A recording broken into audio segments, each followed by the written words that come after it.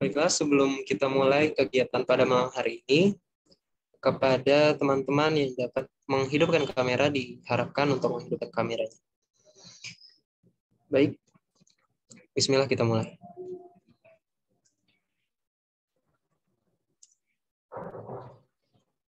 Yang terhormat, Ustadz Ansori selaku pemateri kenalan atau kajian milenial keislaman.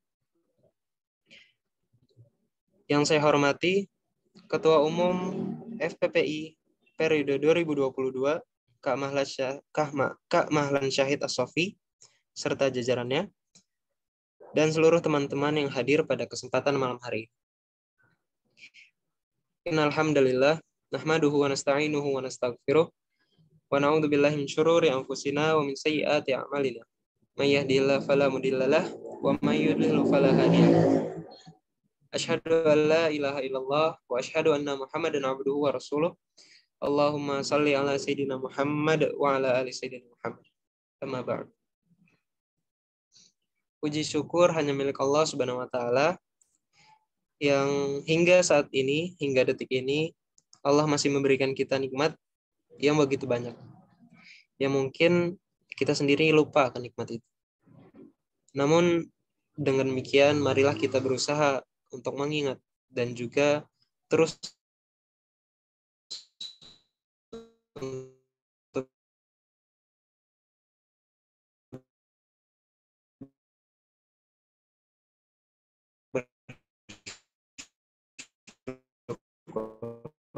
dengan cara membaca hamdalah dan juga melaksanakan dengan kita mengikuti sunnah sudah akhir kelak, amin ya rabbal alamin.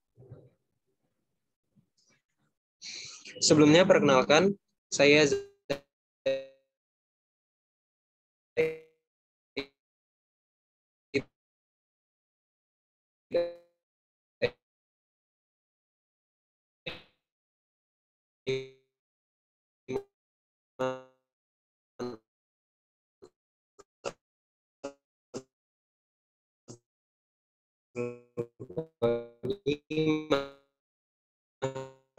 mahasiswa pendidikan kimia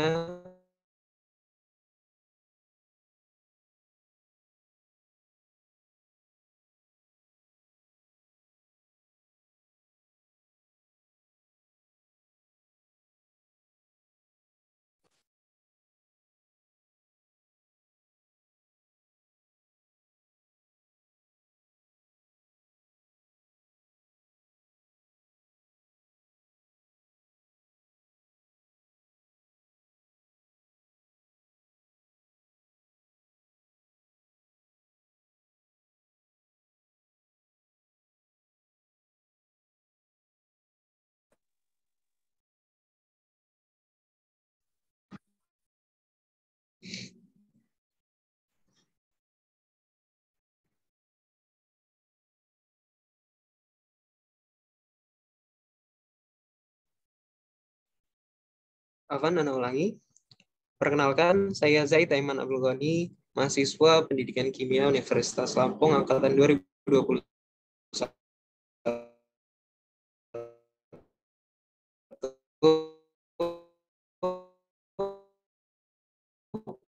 yang akan memandu kesempatan. Yang pertama adalah pembukaan, yang kedua tilawatil Al-Quran, yang ketiga pembacaan biodata pemateri. Selanjutnya pemaparan materi dilanjutkan dengan sesi tanya jawab, pemberian sertifikat pemateri, dan foto bersama. Dilanjutkan dengan pembacaan doa dan juga di akhir ada penutup.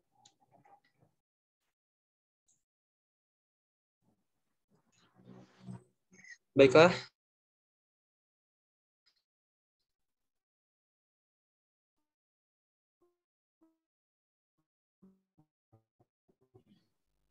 Langsung mari kita pada malam hari ini dengan baca basmalah.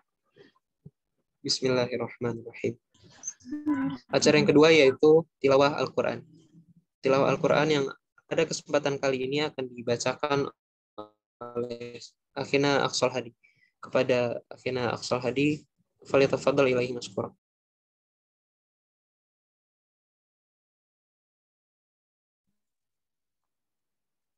Assalamualaikum warahmatullahi wabarakatuh. Waalaikumsalam. Waalaikumsalam warahmatullahi wabarakatuh.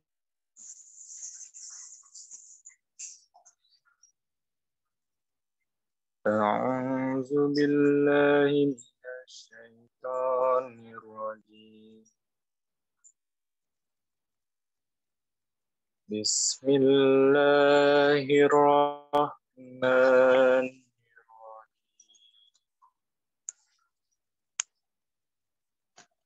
وَاتْلُ عَلَيْهِمْ نَبَأَ ابْنَيْ آدَمَ بِالْحَقِّ إِذْ قَرَّبَا قُرْبَانًا فَتُقُبِّلَ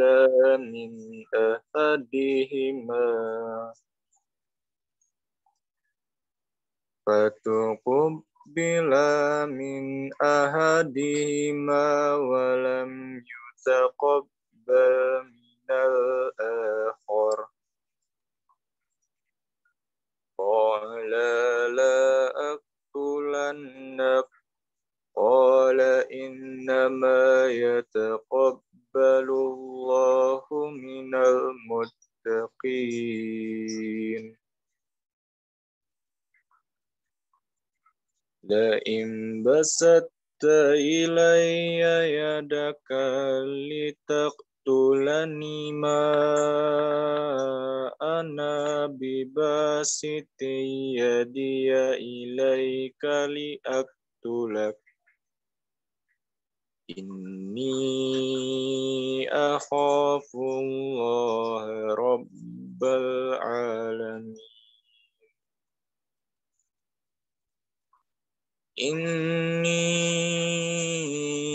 uridu an tabu'a bi ismi wa ismika fatakuna min ashabin nar wa zalika jazaa'uz zalimin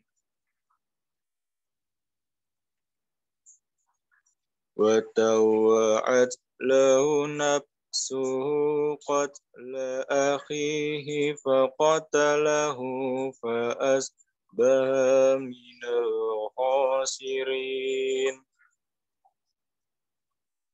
فَبَعَثَ اللَّهُ غُرَابًا يَبْحَثُ فِي الْأَرْضِ لِيُرِيَهُ كَيْفَ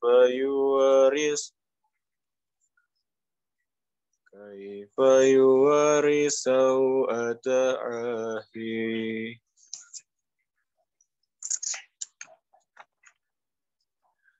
قَالَ يَا وَيْلَتَى أَعَجَزْتُ أَنْ أَكُونَ مِثْلَ هَذَا الْغُرَابِ فَأُوَارِيَ سَوْءَةَ أَخِي فَأَصْبَحَ مِنَ النَّادِمِينَ. Sadaqallah. Assalamualaikum warahmatullahi wabarakatuh.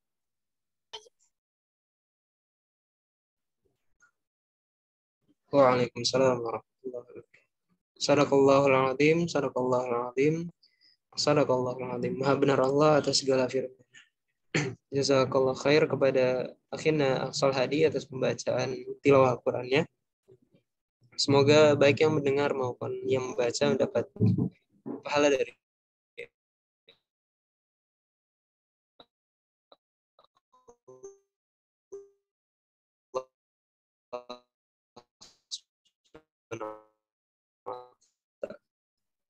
Amin ya rabbal alamin. Baiklah, langsung saja kita masuk pada acara kalian. Ada yang mengatakan tak kenal maka tak sayang, dan juga ada yang mengatakan tak kenal maka ta'aruf. Kita akan mencari tahu sedikit tentang biodata dari pemateri kita. Di sini Ana akan membacakan biodata dari pemateri kita yang Masya Allah, yang Alhamdulillah telah hadir pada malam hari ini. Nama beliau Ustadz Ansori, lahir di Tanjung Karang 6 Agustus 1967. Beliau telah menikah dan memiliki 7 orang anak. Kegiatan beliau adalah ASN di Polinyala. Dan moto hidup beliau yaitu berbagi hidup dengan dan untuk yang lain.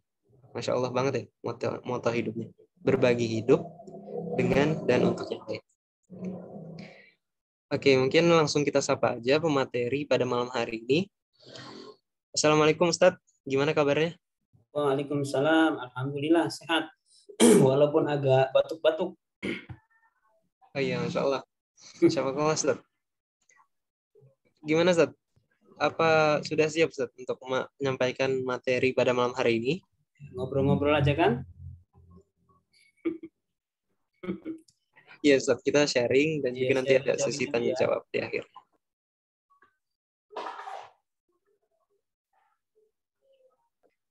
Oke, nah Ustadz.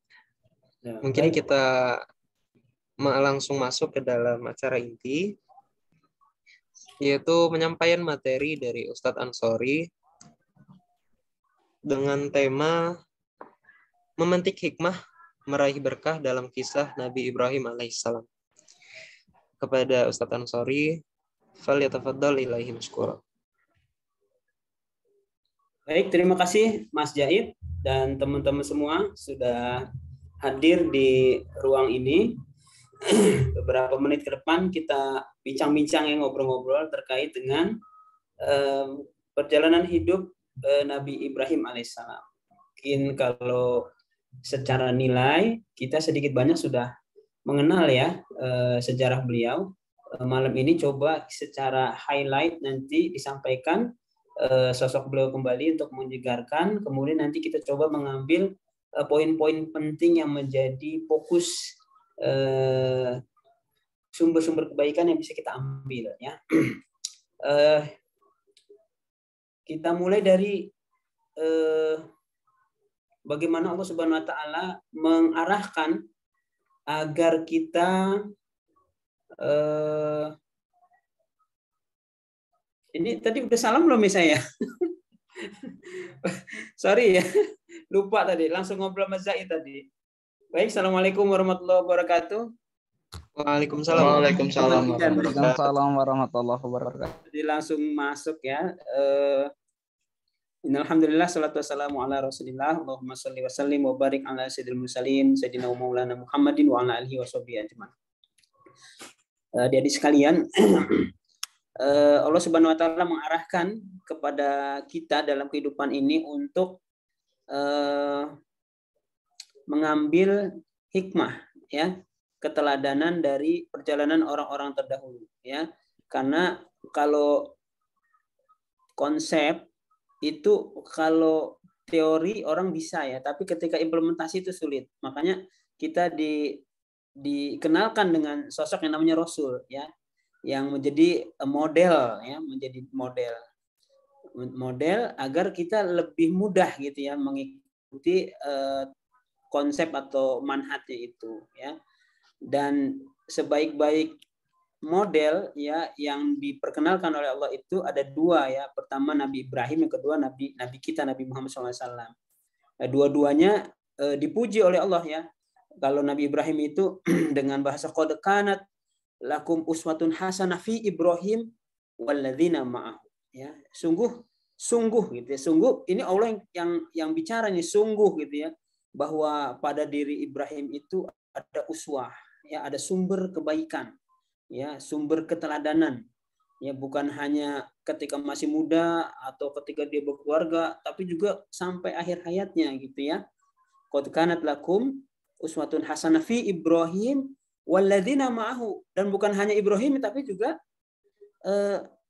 istri dan anaknya gitu ya, keluarganya itu semuanya menjadi sumber inspirasi di dalam kehidupan seorang muslim ya. Saya kira kalau Rasul nanti kita bahas pada sesi yang lain. Kita coba fokus ya di dalam kata uswatun hasanah itu berarti sumber inspirasi, sumber kebaikan yang luar biasa mulai dari mudanya ya. Beliau muda itu dikenal sebagai SDM yang kritis ya.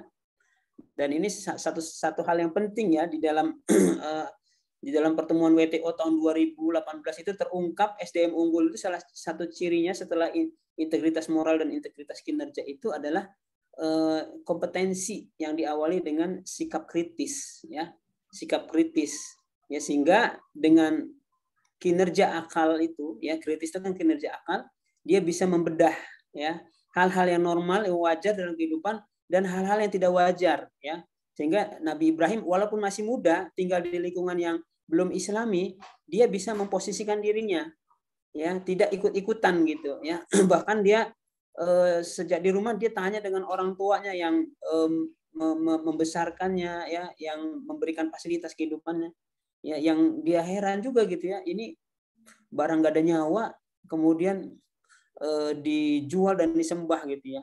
Dan saat itu masyarakat di negeri Babylon itu banyak menyembah berhala ya, bintang, matahari, bulan gitu, itu udah biasa ya, fenomena yang umum sebagai sesembahan. Dan kalau ditanya kenapa menyembah itu, ayahnya menjawab, ya ini nenek moyang kita begini Ibrahim gitu ya. Mau apa lagi gitu ya. Ini udah dari sananya begitu gitu ya. Kemudian orang tuanya ya sulit menjelaskan ya rasionalitas gitu ya, karena lebih sulit menjelaskan Allah itu tidak ada gitu ya, atau Allah itu banyak gitu, daripada kita menjelaskan Allah itu satu, itu lebih mudah menjelaskannya. Tapi kalau Allah itu banyak itu agak sulit sebetulnya merasionalkan.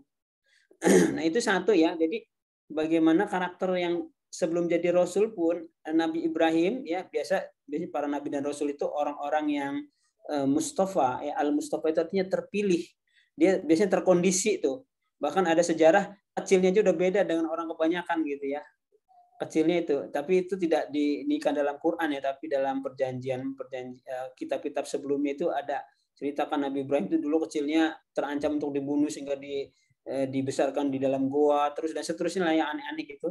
Tapi Quran tidak mengungkap itu ya, hadis juga tidak mengungkap.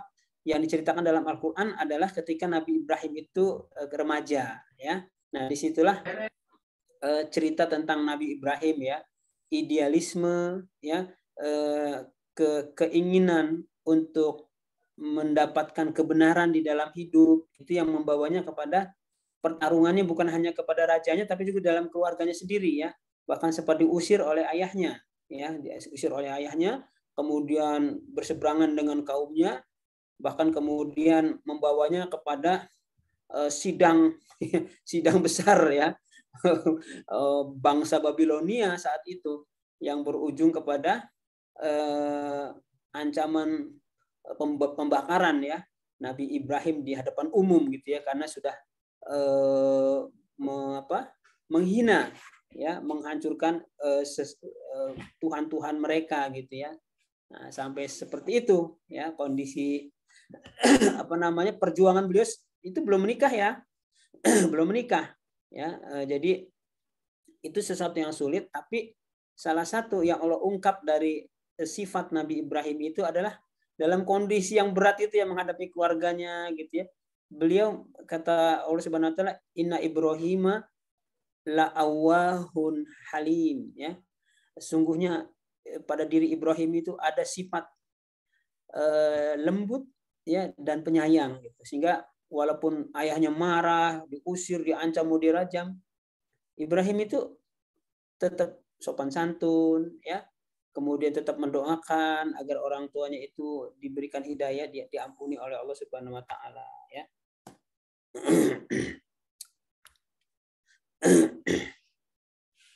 Nah, itu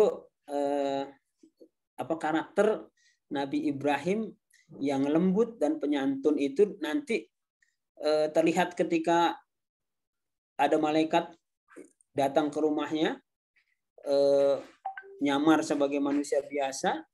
Nabi Ibrahim siapkan makanan ya, makanan enak untuk tamunya itu, tapi tamunya gak mau makan.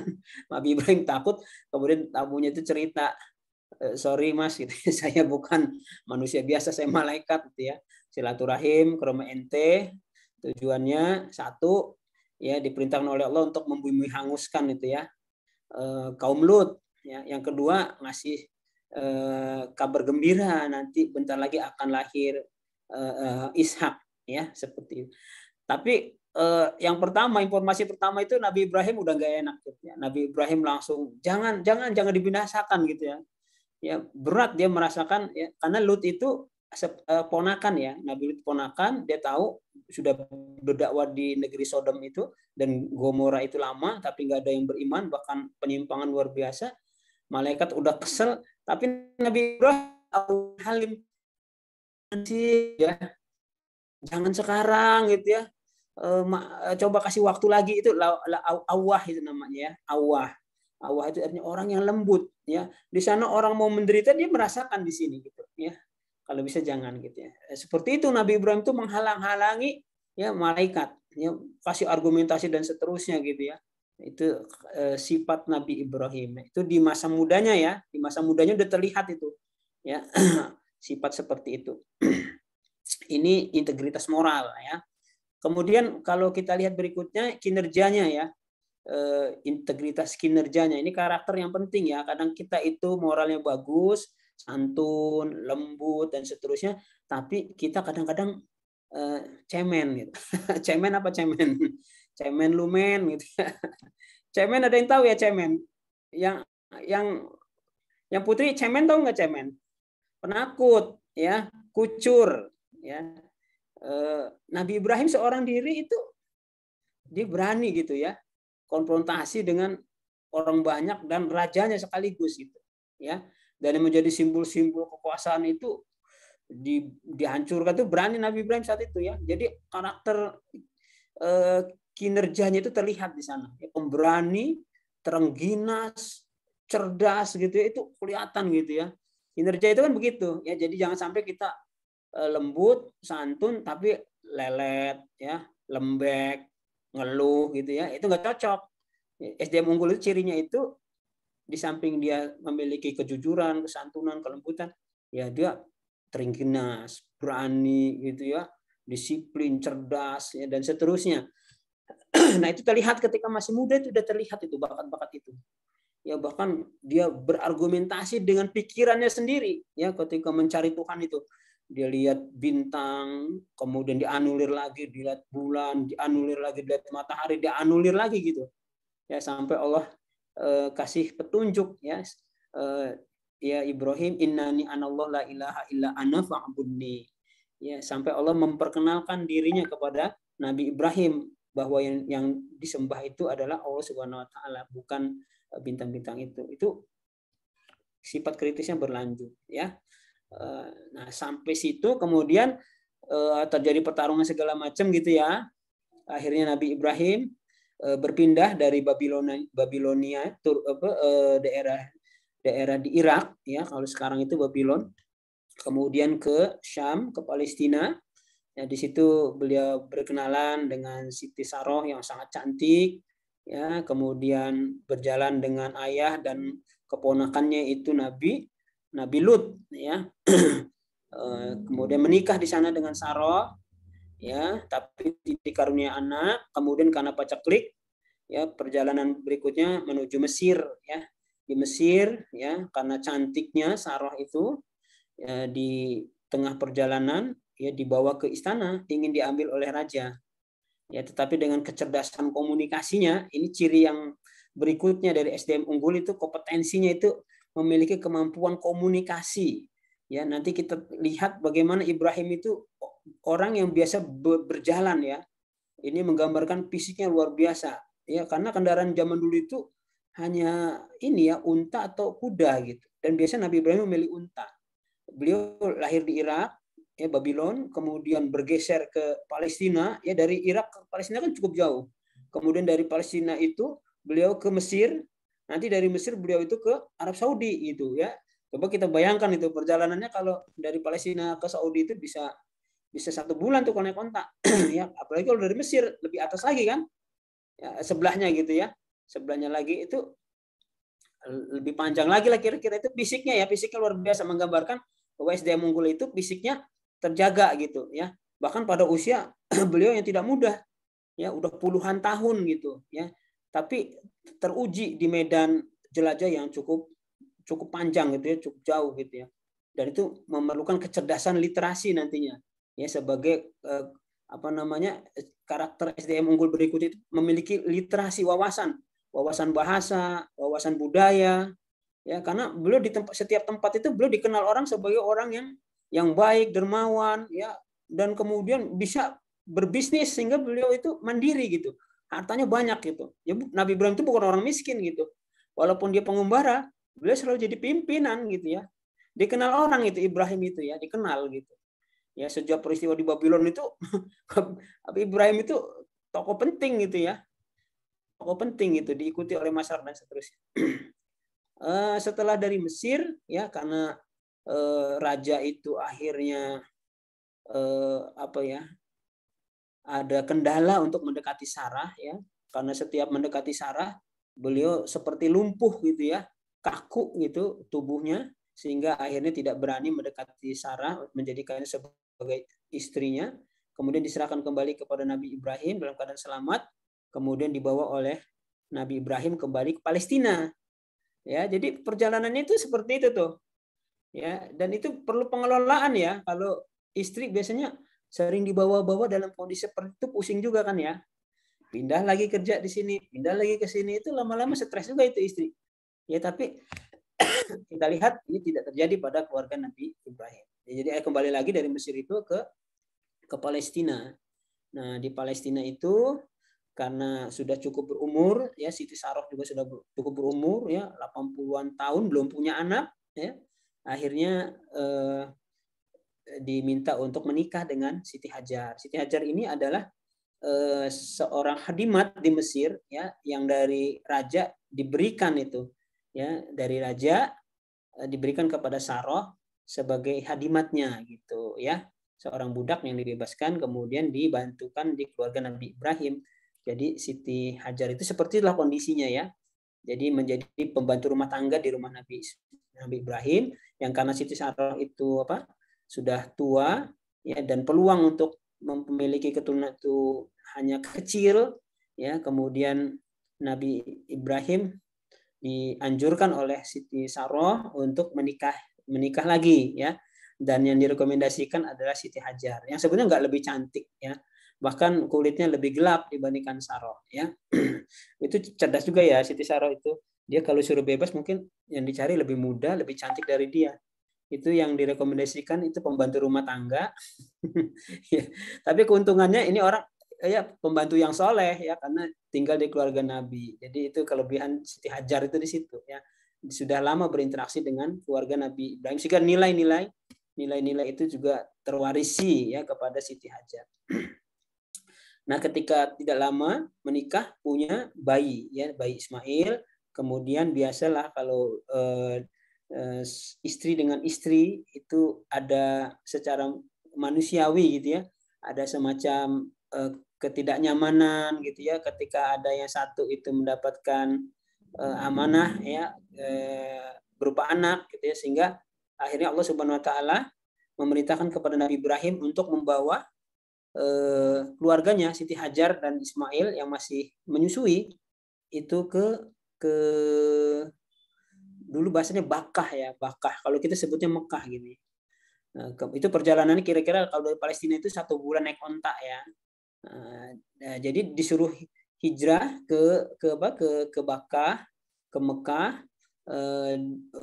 Tujuannya apa? Tujuannya untuk menghidupkan dakwah Islam di Mekah gitu ya.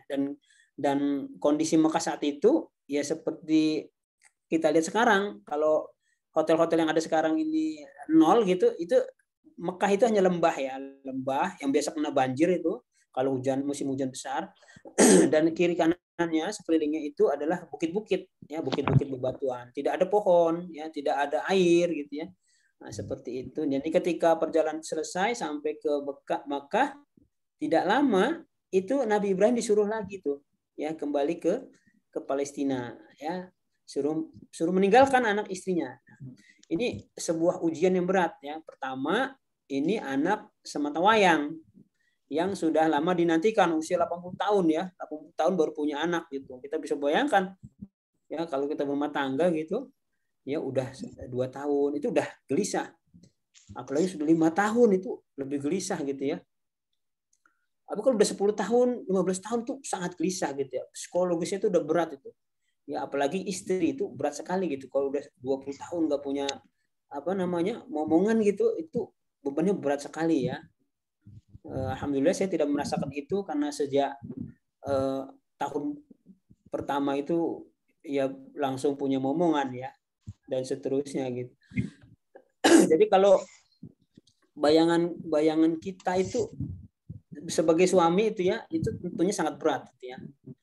Kemudian apalagi istri ya ditinggalkan di satu tempat biwadin ghairi darin, sebuah lembah yang tidak ada tanam-tanaman. Kalau nggak ada tanaman kan nggak ada air biasanya ya, seperti itu. Kalau malam dingin banget, kemudian kalau siang panas banget gitu ya, tidak ada tetangga, tidak ada pohon dan seterusnya. Jadi kondisinya ekstrim. Jadi di situ sudah terlihat tuh ya ujian yang diberikan oleh kepada keluarga Nabi Ibrahim itu sesuatu yang di luar nalar gitu ya. Sesuatu yang betul-betul dibenturkan gitu ya antara misi dakwahnya ya, kecintaan dengan keluarganya, kecintaan dengan dakwahnya. Ya, ujian seperti itu. Kondisinya itu sangat berat gitu ya. Waktu dilepas ya, kata Ibrahim, saya minta pamit gitu ya, mau kembali ke Palestina gitu ya. Siti Hajar itu kalau kita sekarang mungkin geleng-geleng gitu ya. Ini beneran nih gitu ya bahasanya kan. Ini beneran nih gitu. Abi betulan ini Bi mau pergi lagi, kan kita baru nyampe, ini kondisinya kan seperti ini, nggak ada sembako ya, nggak ada aqua gitu yang cukup gitu ya.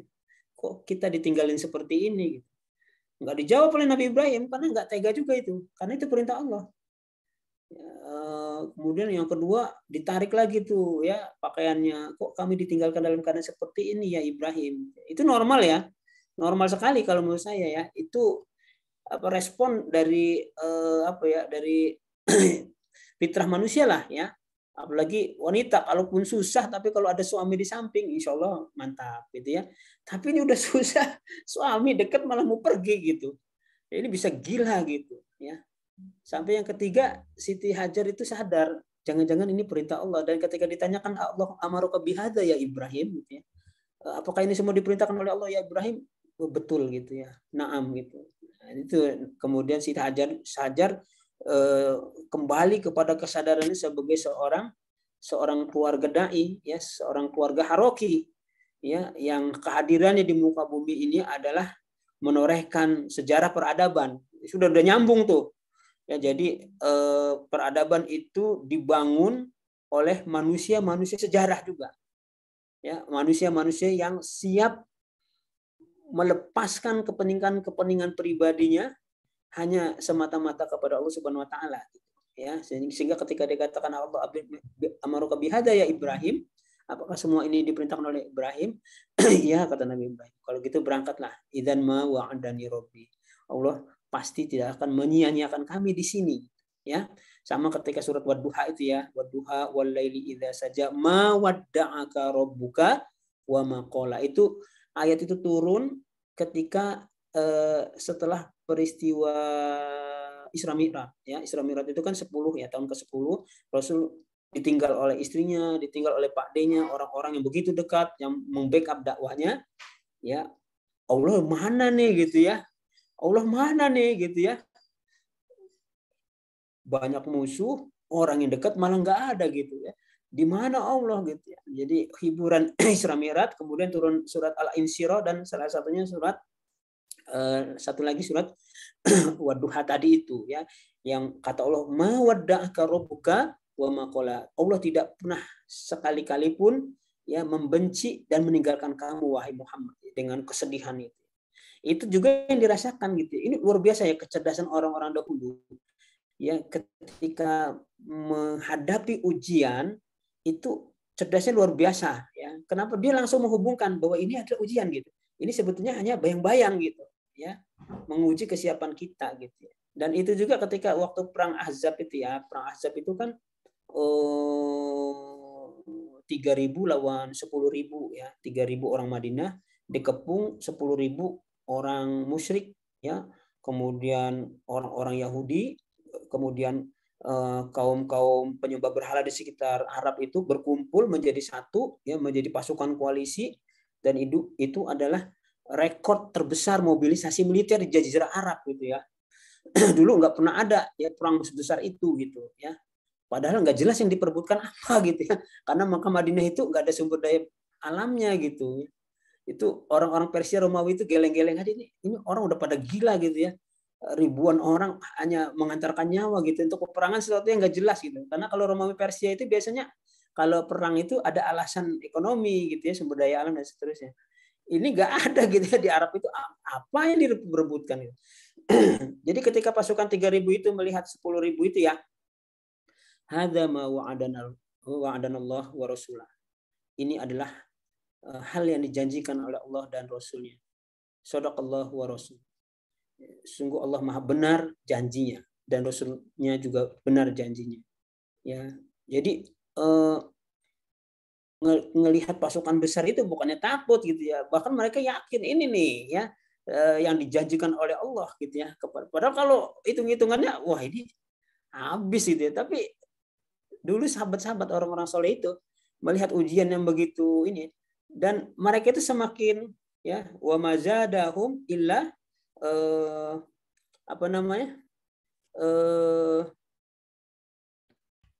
kepasrahannya itu ya imanan wa tasliman ya, wa mazadahum imanan wa tasliman. Tiadalah yang menambah bagi mereka kecuali iman dan kepasrahan gitu. Ya, jadi ini luar biasa. Jadi penting ini. Ya, jangan sampai ketika kita mendapat ujian justru kita lepas lari dari Allah gitu ya. Sudah suudzon sama Allah. Sebab aslinya sunnahnya itu ketika kita mendapat ujian itu harusnya lebih dekat gitu ya, lebih dekat kepada Allah, dan kita merasa bahwa Allah itu memperhatikan kita, dekat sama kita, Allah akan memberikan kemuliaan kepada kita, Allah akan menjadikan kita sebagai manusia sejarah dalam peradaban ini gitu. Nah, kira-kira seperti itu kalau orang-orang dulu ya. Dan ternyata benar kan? Ternyata itu hanya ujian saja ya, ujian sesaat ya. Tapi secara psikologis sekali lagi ya, ketika Nabi Ibrahim berangkat, itu Nabi Ibrahim melepasnya dengan doa ya. Rabbana inni askantu min dzurriyyati biwadin ghairi dzi zar'in inda baitikal muharram. Ya Ruh Tuhanku, ya Robku, sesungguhnya aku telah meninggalkan anak keturunanku di satu lembah yang tidak ada tanaman di sisi rumahmu ya Allah, ya di sisi rumahmu. Nah ini apa namanya munajat ya, munajat seorang suami, seorang mas'ul ya keluarga, seorang rasul kepada Allah atas realitas yang dihadapinya. Karena setelah itu kan dia tidak bisa mengakses lagi tuh keluarganya. Ya kalau sekarang enak ada chat, ada WA, ada Telegram gitu ya. Bisa telepon-teleponan gitu. Lah dulu ya nggak ada yang begitu-begitu. Ya jadi itu semua diserahkan ke gitu ya. Kemudian barulah Allah berdoa Nabi Ibrahim berdoa kepada Allah. Pertama, Rabbana liyuqimus shalah. Ya Allah, jadikanlah keluargaku ini orang-orang yang tetap istiqomah dengan sholatnya. Ya artinya dekat kepada Allah, ya bergantung kepada Allah. Kemudian kedua, waja'al afidatan minan nas tahwi ilaihim. Ya, nanti kalau seandainya ada orang yang ketemu dengan keluargaku ini, agar mereka itu hatinya itu cenderung senang sama keluargaku ini. Ya, dibuat seperti itu. Doanya kecerdasan yang luar biasa gitu ya. Setelah agar keluarganya takarub sama Allah menghadapi ujian itu, yang kedua adalah nanti kalau ada orang yang ketemu dengan keluarganya itu enggak menyusahkannya gitu. Bahkan sebaliknya orang itu senang dengan keluarganya. Ya, ini luar biasa ini kecerdasannya ini. Doa itu penting ya. Karena kita minta solusi sama Allah dan kita harus merumuskan sendiri. Merumuskan sendiri. Kalau kita nggak meminta sesuatu, Allah juga tahan dulu tuh. Ya, saya ada teman sampai jam berapa ya? Zaid sampai jam berapa ya? Sampai pukul 21.15 tadi. Oh ya, baik. Jadi ada teman dia naik haji, ya teman dekat lah gitu ya. Dia naik haji, dia pengen sekali mencium Hajarul Aswad. Dia udah coba gagal. Terus ada masukan, kalau itu sholat dulu 2 rakaat kemudian berdoa. Berdoa deh, ya Allah mudahkanlah saya bisa mencium. Dia usaha lagi, bisa tuh. Tapi ketika keluar dia nggak bisa. Dan istrinya itu katanya ketika dia dapati kesadarannya lagi, itu udah dari siang itu sampai malam itu nggak ketemu, itu nggak dijawab gitu ya. Karena apa? Karena dia nggak bisa keluar itu dari Hajarul Aswad itu. Dan dia sudah pasrah gitu, kalaupun meninggal di situ. Dan dia sadar itu ketika ada orang yang mengangkatnya, membopongnya gitu. Pingsan dia di situ. Kenapa? Karena doanya cuma minta dimudahkan untuk bisa mencium, tidak berdoa kepada Allah untuk bisa dimudahkan keluar gitu ya. Jadi hati-hati itu kalau berdoa ya. Yang pertama berharap kepada Allah, yang kedua nggak berharap, yang Allah nggak bantu gitu sampai sekarat gitu kan. Nah ini penting bagi kita. Makanya kalau Rasul itu Rabbi ja'alni mudkhala sidqin ya waj'alni mukhraja sidqin. Ya Allah, berikanlah saya jalan masuk yang benar dan tunjukilah saya jalan keluar yang benar. Jadi masuk yang benar, keluarnya benar gitu. Kalau kita sok-sokan gitu ya, masuknya aja lah. Kalau keluar gampang gitu. Betul-betul itu nggak kasih petunjuk. Ini penting ya. Ini makanya kecerdasan apa ya luar biasanya seperti itu. Dia bisa melihat, dan ini penting ya, kecerdasan orang modern itu dia bisa mengidentifikasi masalahnya. Ya dia tahu apa yang harus dia dapatkan dari Tuhan itu penting. Ya nanti kalau misalnya kalian ya sekarang ini itu harus bisa merumuskan ya identifikasi masalah kita ke depan ini apa. Ya kita berdoa kepada Allah apa gitu. Jangan problemnya apa, mintanya apa gitu kan. Nggak cocok gitu nantinya. Ya ada yang terlalu tinggi gitu. Ya nah, seperti itu. Jadi apa dulu prioritasnya? Oh anaknya dulu, ya keluarganya dulu istiqomah. Kemudian nanti kira-kira apa lagi gitu ya, step by stepnya seperti itu. Ya kemudian yang ketiga doanya itu baru diminta sama Allah agar keluarganya itu dikasih rezeki ya apa namanya dikasih rezeki buah-buahan ya seperti itu. Nah itu apa namanya hal yang menunjukkan bahwa manusia itu cerdas gitu ya. Dia tahu step by stepnya yang seperti itu ya. Nah setelah itu kan pun mencari dia cari itu ya marwah sofa itu kira-kira 0,5 kilo lah ya, 7 kali gitu dia lihat, balik lagi nggak ada, balik lagi lihat lagi bayinya masih ada nggak itu ya, Ismail itu dari bukit sofa itu ya dia lihat ya. Nanti kalau ziarah ke tanah suci salah satu ininya ketika apa ibadah sa'i itu ya habis sofa nanti lihat lagi gitu ke arah Ka'bah. Itu tradisinya dulu begitu ya, ketika cari air itu Siti Hajar itu Ismail itu lari ke sofa, lari ke Marwah, ketika sofa lihat lagi Ibrahimnya masih ada enggak gitu, karena dia tinggal itu ya. Kemudian baru kembali lagi melihat anaknya, dan ternyata di kaki anaknya itu ada basah-basah gitu ya. Kemudian zam itu kumpul lama-lama akhirnya jadi kubangan air ya, yang kemudian jadi besar dan semua ketika ada kabilah yang lewat situ minta izin ya sama keluarganya Nabi Ibrahim ya, sehingga semua orang pengen bertetangga gitu ya, karena baik itu keluarga itu ya. Oh, monggo mas gitu ya, monggo gitu. Ini orang seneng dan itu tumbuh akhirnya ya. Sekitar Ka'bah itu kemudian menjadi pusat pemukiman gitu ya, sehingga berkembang gitu ya. Ceritanya kira-kira seperti itu ya. Nah kemudian tidak lama Nabi Ibrahim datang gitu ya. Ismail sudah besar, udah bisa lari-lari ngepalain kambing. Nah disitulah ya ada ujian berikutnya itu berupa perintah menyembelih. Dan uniknya perintah ini beda dengan sebelumnya, karena perintah menyembelihnya itu hanya lewat isyarat.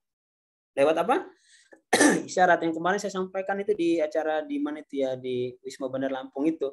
Ya sejauh mana kita bisa mengeksekusi perintah-perintah instruksi dakwah itu dengan isyarat ya. Karena kita kan di grup ya, di japri, di telepon, kadang-kadang nggak hadir juga gitu ya, nggak datang juga gitu, lelet juga gitu ya. Nabi Ibrahim itu perintahnya berat, menyembelih anaknya yang sudah lama nggak dapet, terus ditinggal bertahun-tahun, ketemu suruh sembelih gitu ya. Itu ujian yang nggak mudah juga gitu ya. Tapi itu diobrolin gitu ya sama keluarganya ini Umi ya, ini apa ya, Bunaya gitu ya, Ismail, Abi ngimpi nih, dalam mimpi itu Abi diperintahkan Allah menyembelih engkau, gimana pendapatmu gitu ya. Ya Bunaya ini arofil manami anni azbauka fandur madza taro, ya. Kata Ismail, ya abati if'al ma tu'mar satajiduni insyaallah minas sabirin gitu ya. Eksekusi aja wahai ayah gitu ya, yang aku cintai, kamu hormati, kemuliakan, eksekusi aja, jangan ragu-ragu ya, insya Allah engkau menemukan aku menjadi orang-orang yang sabar gitu. Dan itu ibunya juga rela itu dibawa ke bukit, dan sudah pasrah ya Nabi Ibrahim, nutup itu matanya Ismail, belatinya sudah di leher. Allah nggak kasih tahu itu perintahnya benar apa enggak itu. Ya, sampai ketika belatinya itu di leher itu mau ditekan, barulah turun malaikat Jibril ya menyampaikan berita qad sadaqta ru'ya, cukup wahai Ibrahim, engkau sungguh sudah membenarkan perintah itu gitu. Selesai, itu cuma bayang-bayang gitu. Ya, ini poinnya di situ sebetulnya ya, dalam perjalanan hidup kita pasti kita akan ada ujian, apalagi di jalan dakwah ya, jalannya panjang, banyak musuh dan banyak ujian, itu pasti ketemu. Yakini bahwa semua itu perjalanan itu, ujian itu hanya bayang-bayang. Kalau kitanya pasrah ya, totalitas gitu ya, itu selesai juga gitu ya. Makanya harus diyakini itu ya sebagai sebuah realitas yang tadi uswah itu ya, uswatun hasanah itu. Nah, kira-kira seperti itulah ya gambaran. Kalau kemudian kenapa begitu banyak predikat yang melekat pada diri seorang Ibrahim ya, ada gelar Abul Anbiya ya, bapak para nabi, karena anak-anaknya setelah itu banyak menjadi Nabi Ishak menurunkan nabi-nabi Bani Israel ya, ada Yakub, ada Yusuf ya, ada Ayub gitu ya. Kemudian Nabi Ismail melahirkan ya generasi umat terbaik ya sampai kepada Rasulullah ya sebagai Abul Anbiya, bapak para nabi. Kemudian ulul azmi minar rusul ya, rasul, salah satu rasul yang memiliki tekad yang baja di dalam berdakwah gitu ya, dalam pengorbanan, dalam totalitas gitu ya. Kemudian apalagi ya, gelarnya Khalilullah ya, karena ujian itu dengan hebatnya dia selesaikan, yang menunjukkan cintanya kepada dakwah, cintanya kepada Allah ya, di atas segala-galanya ya. Kemudian beliau adalah orang pertama nanti diberikan pakaian di akhirat ya, di padang mahsyar, ketika semua orang telanjang ya, telanjang tidak berpakaian, manusia pertama yang diberikan oleh Allah pakaian ada Nabi Ibrahim ya, sebagai kehormatan. Waktu dibakar dulu beliau seperti telanjangi, dipermalukan, dilucuti bajunya, kemudian baru dilempar gitu ya. Nah, kira-kira seperti itulah ya yang Allah katakan qad kanat lakum uswatun hasanah fi Ibrahim walladzina ma'ahu. Jadi dari sisi keluarga kita bisa melihat ya, nanti kalau kita belajar gitu ya, bagaimana kita melatih keluarga, istri, anak menjadi orang-orang yang siap mensupport ya tugas-tugas dakwah orang yang diamanahkan di dalam hidup kita, sebagai ada yang posisi sebagai suami dan seterusnya gitu ya. Kemudian bagaimana kepemimpinan itu ya, keperadaban itu Allah berikan ya kepada manusia-manusia pilihan yang memang mempersiapkan dirinya untuk sebuah cita-cita ya, cita-cita peradaban itu misi Allah Subhanahu wa taala ya. Jadi bukan orang-orang yang cemen gitu lah ya, tapi para pemberani, para pengambil resiko di dalam kehidupan ya, yang siap menghadapinya dengan bayaran yang paling tinggi di dalam kehidupan ini. Itu kunci yang kita dapatkan ya dari kehidupan Nabi Ibrahim dan keluarganya. Jadi bukan sekedar keluarga ustadz, tapi memang keluarga haroki gitu ya. Keluarga haroki itu artinya keluarga aktivis gitu ya, keluarga aktivis ya. Sehingga itu yang perlu kita bangun ya. Nanti kalau misalnya kita menjadi aktivis di kampus, kita berkorespondensi satu-satu, ikhwan akhwat dalam rumah tangga ya, dalam usra Islamiyah, itu bukan sekedar dunia milik berdua gitu ya, tetapi bagaimana cita-cita itu melebur dan saling menguatkan. Ya, apalagi nanti dengan generasi yang lahir itu menjadi keluarga yang kokoh, saling menguatkan, membackup kepada cita-cita ya, kepada cita-cita misi ya, risalatul insan kita, yaitu tegaknya Islam di muka bumi ini. Gitulah jadi cerita peradaban ya yang dibangun oleh Nabi Ibrahim dan keluarganya itu kenapa menembus ruang dan waktu? Ya karena ada cerita-cerita yang menembus hal-hal yang di luar batas gitu. Ya, jadi kalau kita ingin berkurban, maka ukurannya itu seberapa banyak kita bisa memberikan yang terbaik dari diri kita. Berapa banyak yang bisa kita persembahkan untuk orang lain dari sesuatu yang kita cintai. Itu ukurannya seperti itu. Ya, dalam Al-Qur'an itu sudah jelas, lan tanalul birra hatta tunfikun mimma tuhibbun. Kamu tidak akan pernah sampai kepada yang namanya kebajikan sesungguhnya sampai kamu sanggup menginfakkan sesuatu yang kalian cintai dalam hidup ini. Ya tadi Nabi Ibrahim dengan dia bisa anaknya sekalipun, keluarganya sekalipun itu dikalahkan ya dengan kepentingan Allah, kepentingan dakwahnya gitu. Nah itu ya, jadi itu nanti akan Allah ujikan kembali kepada kita materi itu gitu ya. Nah kita harusnya sudah siap ya. Kenapa? Karena kita sudah belajar dari orang-orang saleh dahulu gitu ya. Nah, jadi banyak hal yang bisa kita petik dari perjalanan ini ya, dari bagaimana karakter ya menjadi SDM unggul itu ya, integritas kinerja, integritas moral, ya, kemudian kompetensi ya, kritis, komunikatif, kreatif, kolaboratif, dan memiliki wawasan literasi ya, budaya, bahasa ya, teknologi gitu ya, dan terutama yang kita lihat teknologi bisnisnya ya Nabi Ibrahim itu ya, perdagangannya tuh ya, sehingga dia walaupun banyak jalan keluar tapi bisnisnya tetap lancar gitu ya, bisnisnya tetap lancar ya, walaupun pekerjaannya tidak tetap tapi penghasilannya tetap gitu. Itu kan enak juga ya, ini udah pekerjaannya tidak tetap, penghasilannya tidak tetap juga gitu. Akhirnya tetap tidak berpenghasilan gitu ya. Ini masalah kecerdasan tadi, kecerdasan finansial namanya ya, orang yang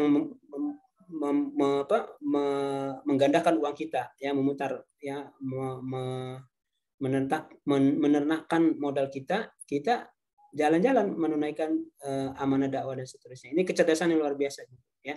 Dia pulang atau modalnya tambah banyak gitu ya. Ini masalah literasi ya, makanya penting bagi kita ya belajar menjadi orang-orang yang unggul sehingga peluang sekecil apapun ya bisa kita raih dalam kehidupan ini.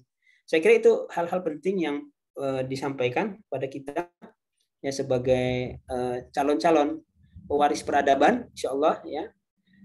Sudah kita rintis di kampus kita latihannya. Mudah-mudahan nanti setelah kita keluar dari kampus kita punya cukup bekal ya, baik teori maupun praktek ya. Jadi kerja-kerja di dalam amal-amal di kampus itu juga latihan bagi kita ya. Dalam skala yang kecil, insya Allah nanti ketika kita sukses, Allah akan memberikan kepercayaan kepada kita menjadi manusia-manusia sejarah yang siap berkontribusi dalam kehidupan ini, dan yang menjadi ukuran sukses manusia itu adalah kesucian, ya, terjaganya fitrah. Yang kedua adalah sejauh mana dia mampu memberikan pengorbanan di setiap jenak kehidupannya. Ya ayyuhallazina amanu ya ayyuhallazina amanu ruk'u wasjudu wa'budu rabbakum. Ruku, sujud, dan sembahlah Allah, waf'alul khaira, dan produksilah, ciptakanlah kebaikan, prestasi, supaya kalian menjadi orang sukses. Jadi Idul Fitri, Idul Adha itu di situ temanya itu, bagaimana kita mampu memadukan kesucian dan kefitrahan itu, mendorong kita menjadi orang-orang yang kontribusi di dalam kehidupan. Ya, kira-kira seperti itulah intinya. Demikian, mungkin ada manfaatnya, mudah-mudahan bisa kita ambil. Mudah-mudahan Allah Subhanahu wa taala senantiasa memberikan inspirasi, kekuatan pada kita untuk menjadi orang-orang istiqomah di dalam beribadah, ya, kemudian juga menjadi orang-orang istiqomah terus-menerus di dalam memberikan kontribusi di dalam kehidupan. Assalamualaikum warahmatullahi wabarakatuh. Waalaikumsalam warahmatullahi Waalaikumsalam warahmatullahi wabarakatuh.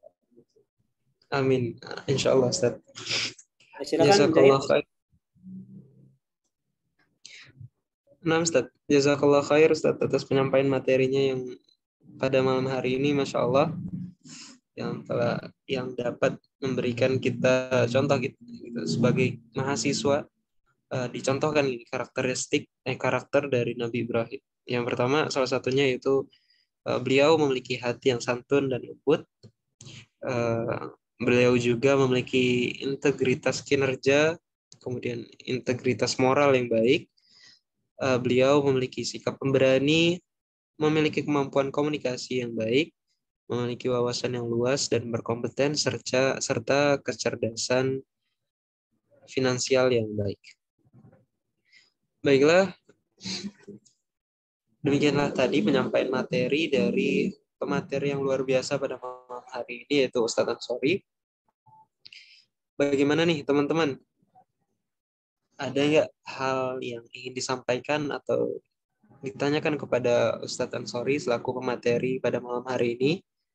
Jika ada yang ingin disampaikan dan juga pertanyaan yang ingin diutarakan kepada Ustadz Ansori, dipersilakan.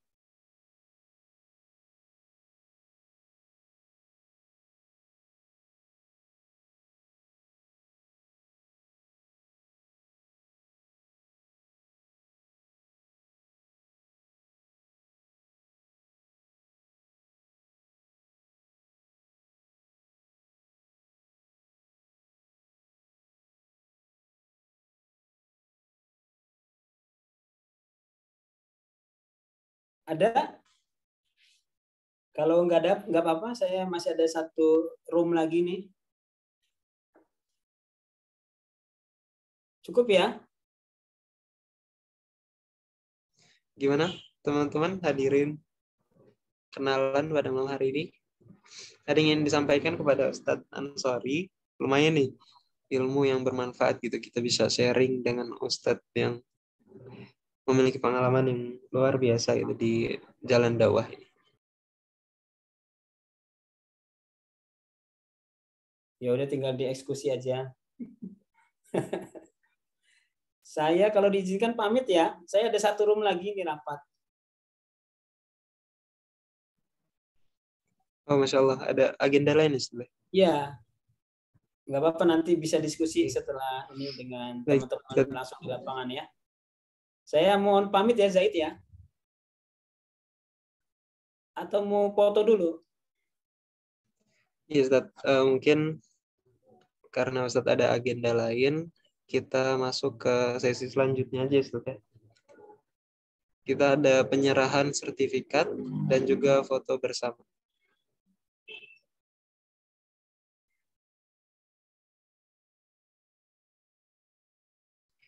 Kepada teman-teman, hadirin kenalan kajian milenial keislaman malam hari ini, dimohon untuk menghidupkan kameranya karena kita akan melaksanakan foto dengan Ustadz Ansori.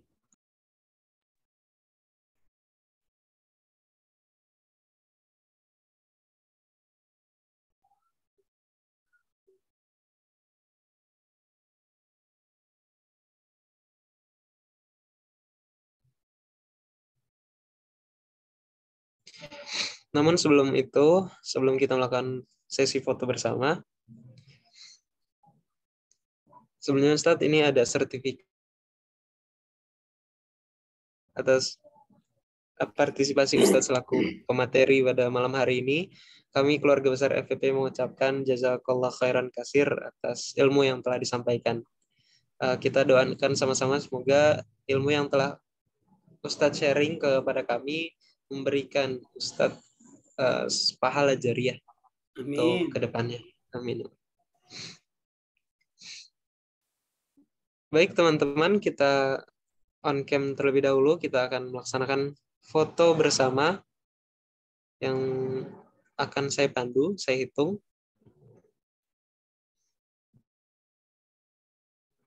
1, 2, 3.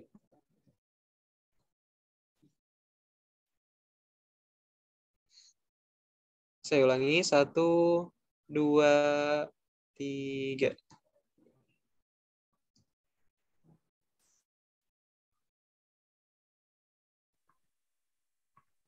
Baik, jazakumullah khairan katsir kepada teman-teman yang sudah berpartisipasi pada malam hari ini. Saya Jazakallah pamit ya, Ustaz atas ya. ilmunya. Baik, Ustaz. Yuk, Assalamualaikum. Waalaikumsalam warahmatullahi wabarakatuh.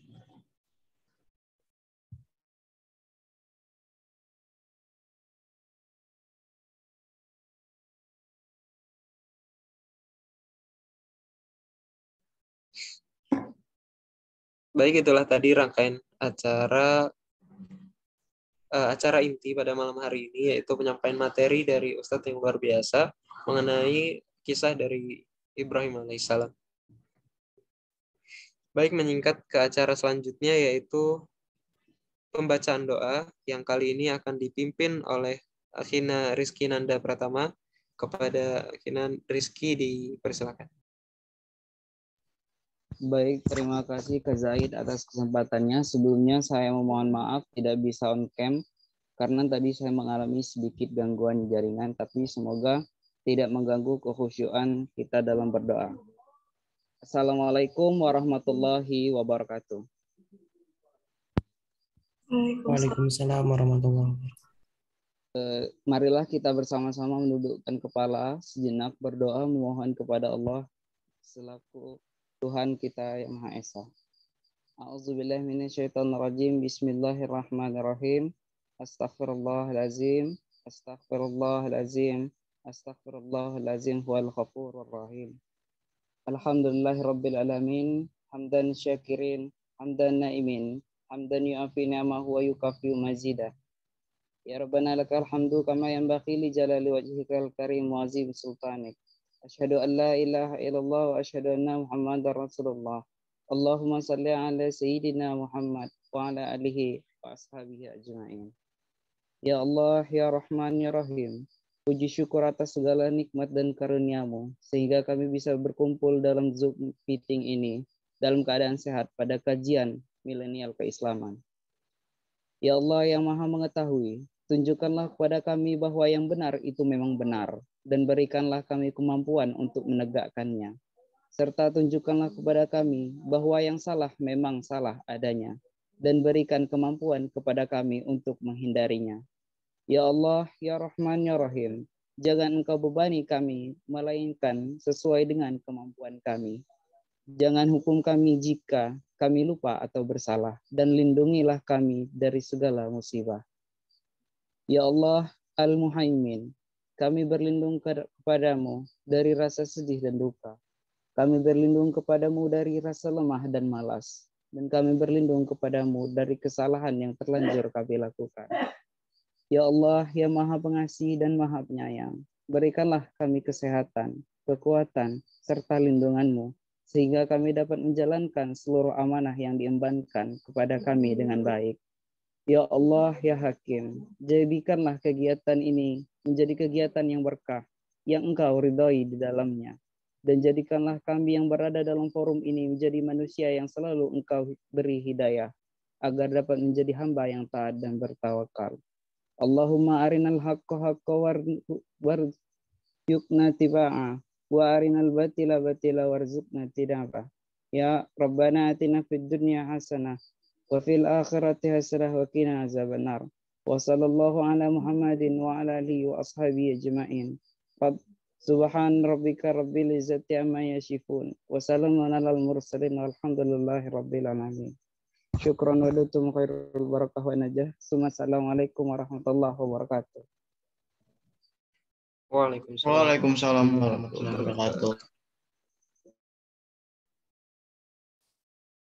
Ya, jazakallah khair atas yang dapat memimpin doa pada malam hari ini. Dengan telah dibacanya doa pada kesempatan kali ini menandakan bahwa kita telah sampai pada ujung acara. Namun sebelum itu, sebelum acara ini ditutup, kami ingatkan kepada teman-teman yang belum mengisi presensi, dapat mengisi presensi yang telah diberikan, yang telah di-share di room chat. saya selaku moderator pada malam hari ini mengucapkan banyak permohonan maaf apabila dalam penyampaian kata maupun kalimat banyak terjadi kesalahan. Lastu khairu minkum. Mohon maaf bila banyak kesalahan. Sekali lagi, akhirul kalam, syukron. Kita tutup kenalan pada malam hari ini dengan baca hamdalah. Alhamdulillahirabbil alamin. Jazakumullah khairan katsir atas kehadirannya. Ana selaku moderator pamit undur diri. Wassalamualaikum warahmatullahi wabarakatuh. Waalaikumsalam warahmatullahi wabarakatuh. Terima kasih, Kak.